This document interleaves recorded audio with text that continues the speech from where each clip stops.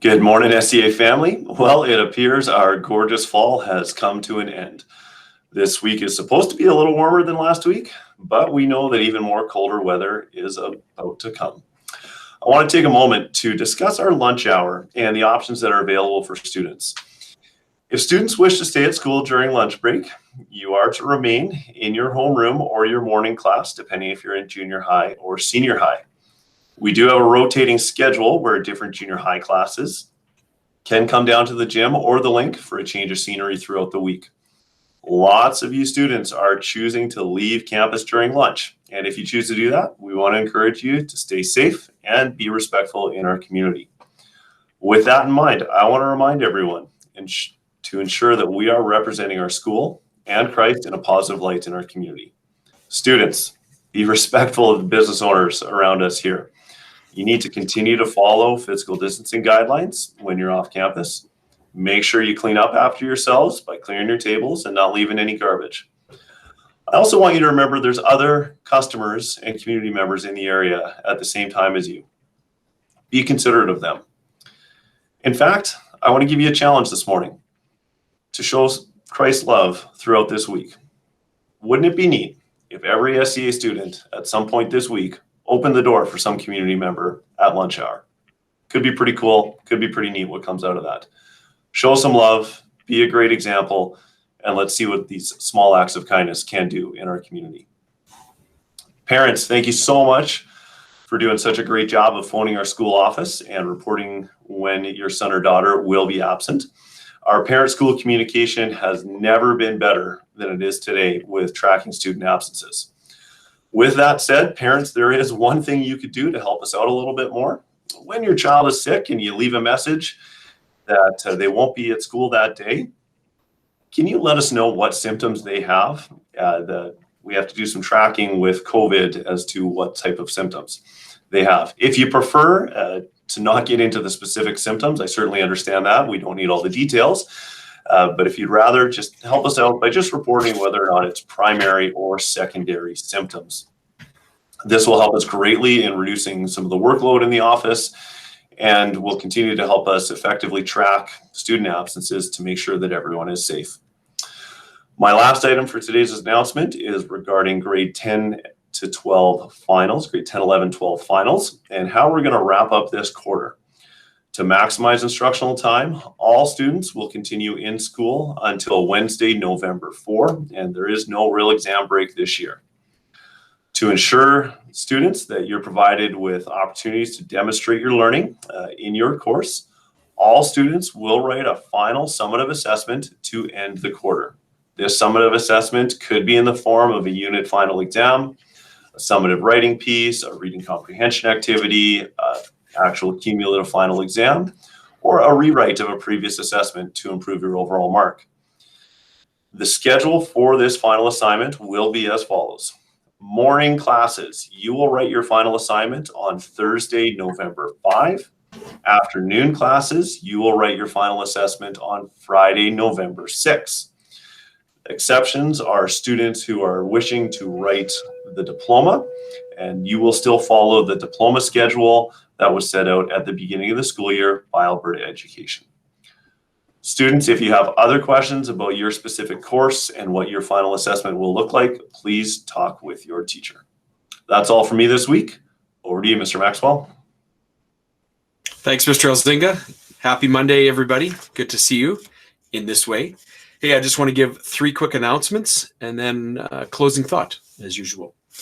First one is coming up soon. We don't have the date yet, but we'll let you know, is Character Dress Up Day. There's actually going to be a $50 gift card awarded for the best dressed. And what's going to happen there is within your class, they're going to vote on the best dressed up person. They'll submit that photo to us.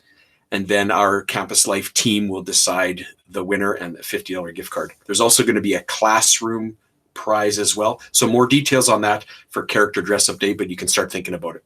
Second of all, at 8:45 during our devotional time, on Friday, November 6th is going to be a Remembrance Day virtual chapel. And we'll send that link out to you. It's going to be great. I want to do a special announcement today from Artevo people, Teens Against Violent Oppression. Great group. They are doing a bottle drive. Let me just read to you what they've asked me to say. So does anyone remember the blessing boxes we made last year close to Christmas?